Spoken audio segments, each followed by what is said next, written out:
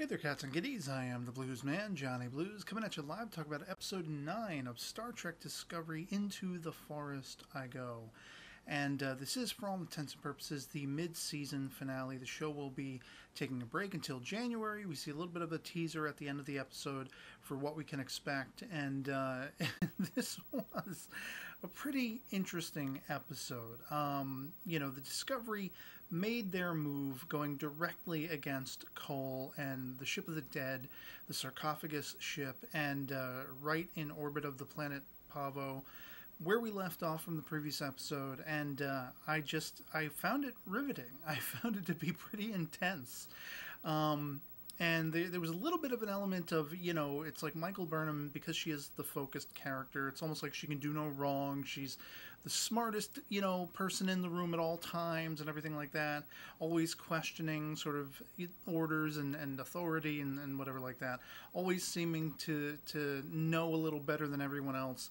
And I can kind of see where people have been griping about that aspect of her character. It kind of came to a head during certain scenes in this episode, but I liked how her character played out, if that makes sense. Being sort of the chief character, if you will, going over to the sarcophagus ship on this mission to implant these devices that would allow them to get sort of a signal while the ship is cloaked, while those invisibility screens are active. And usually this would take days, but they, utilize the spore drive. Stamets jacks into it and has to do all these hyper jumps, like 136 or something like that. And it is having one hell of a taxing toll on his brain, on his mind, on his perceptions. And it's kind of like outlandish that they're going to push him this far, but because it is the war and this is the only answer for it all, it makes sense along those lines. But I was definitely cringing, thinking, are we going to lose this character? Are we going to lose Stamets? And quite frankly, I'm glad we didn't.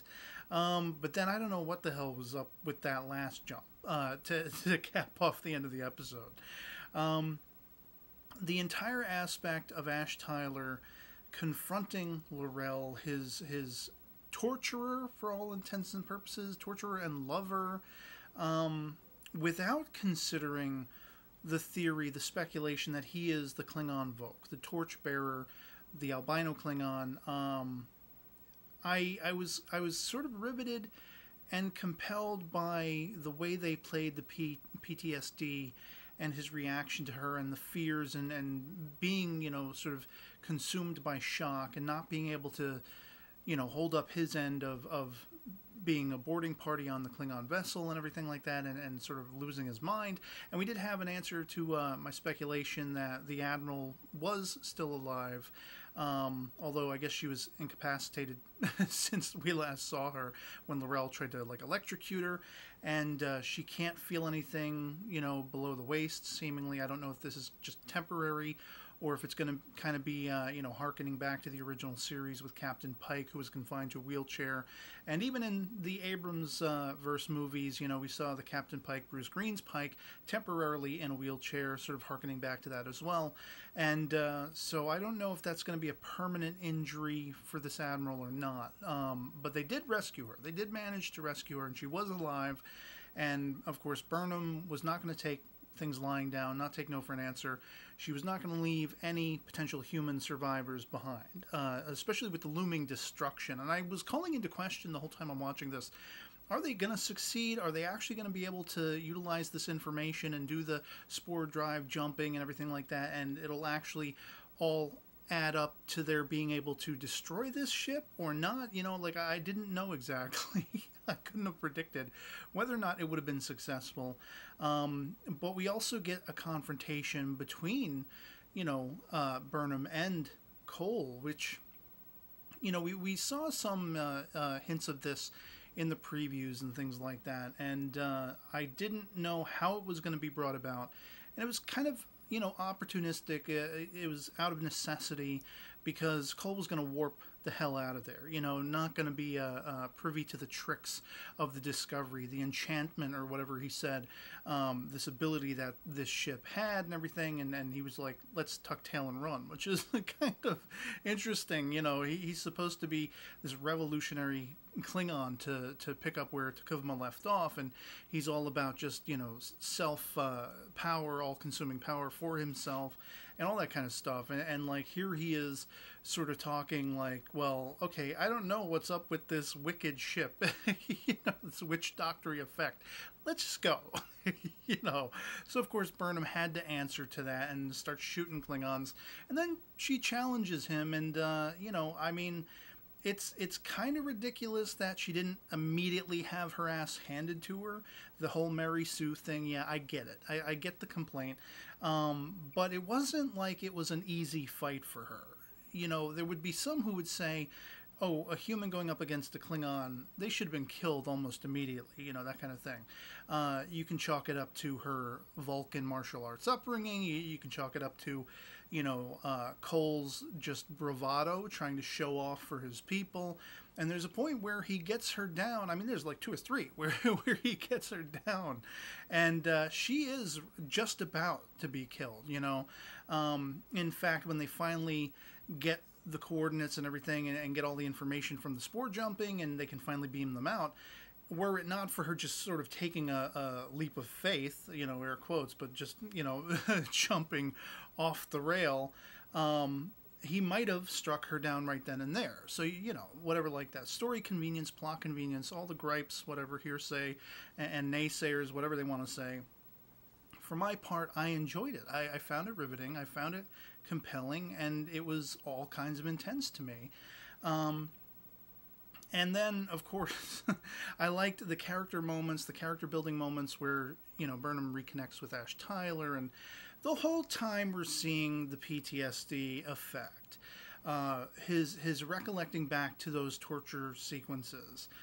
I would have to go back and freeze frame every single little split-second shot to confirm this, but I feel like we saw Vok's face in amongst those shots, in both times that we saw it.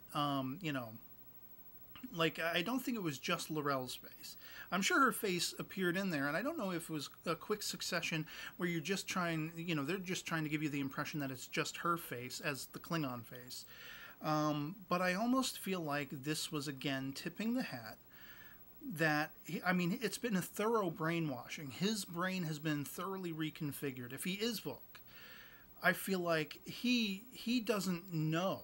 There's something like they cordoned that part of his brain off. So he believes he is a human. He's not just a Klingon in disguise pretending. They psychologically wound his mind up and closed off that Klingon identity. And he believes he is who he says he is.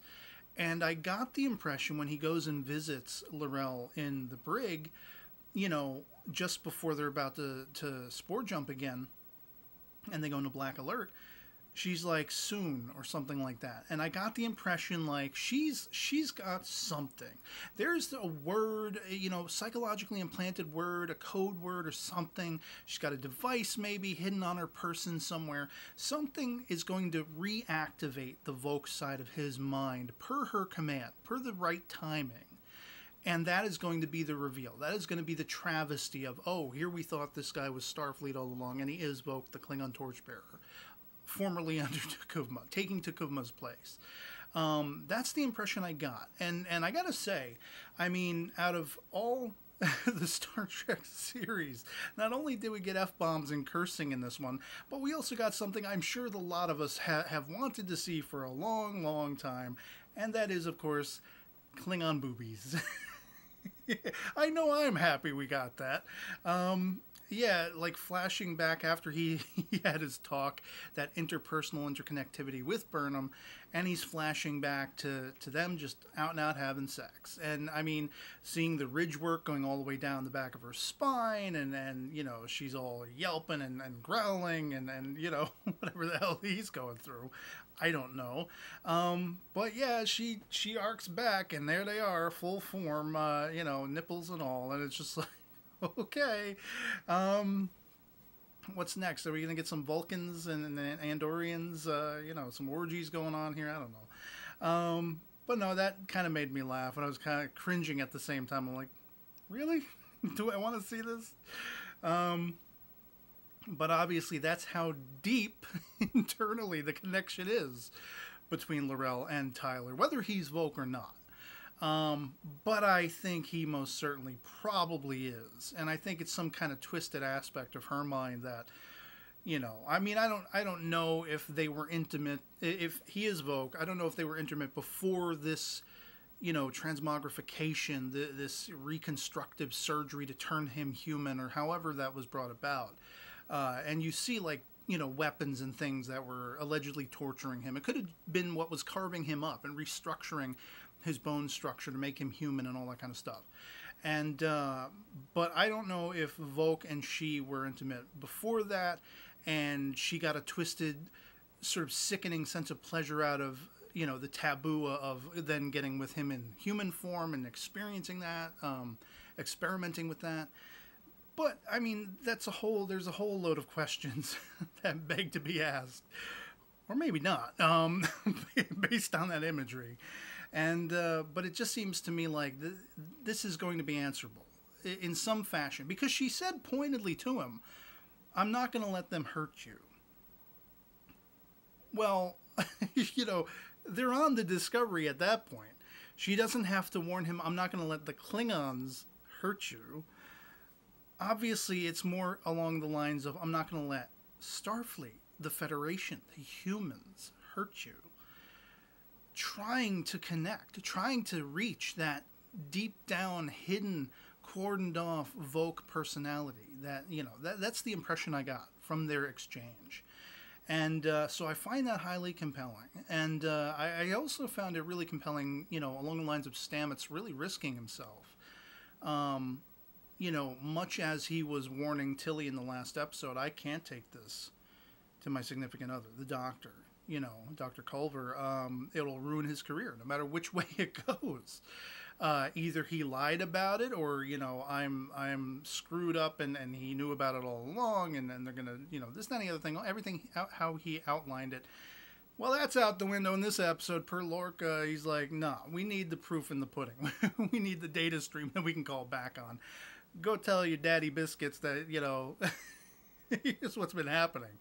And somehow, even though he is, tested and they do medical testing and everything like that, apparently he still hasn't brought up the side effects, the mental, mycelial network effects where he can see beyond just this one corporeal reality, this one timeline. And even Lorca himself, he's been, getting all that information, gathering all that information. And we now know that there are multiple universes, multiple timelines, multiple universes. So it stands to reason that this is our explanation for why nothing aligns and conforms to the original Prime timeline. This could be an offshoot of that. This could be, a timeline coexisting with that.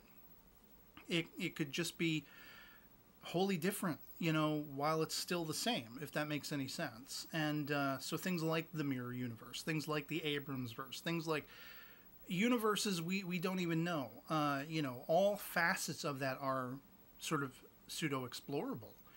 And there was a little bit of an enticement to that notion that once the war is done, this is something we may, and by we I mean the crew of the Discovery, as passed between the dialogue between Lorca and Stamets, this is something we might move on to. This might be where we boldly go beyond just normal sort of space exploration. We might, explore the multiverse. And that is fascinating. It is fascinating. It was a little bit anticlimactic, I guess you could say, with the end of the episode, because, of course, there is that final jump, and the kiss that's shared between Culver and Stamets was really sweet. His saying, I love you, when, it's kind of like, just in case, just in case I don't come back from this one. And then Culver's reciprocating a few moments later. But then something happens, and it looked like Lorca did it. It coincided with his calling something up on his chair, the pad on the arm of his chair, and suddenly something went awry. And I don't know if it was Lorca's doing, or it was just a happenstance, but they didn't make a complete jump. They were trying to go to Starbase 46. They were ordered to go there by the Vulcan Admiral.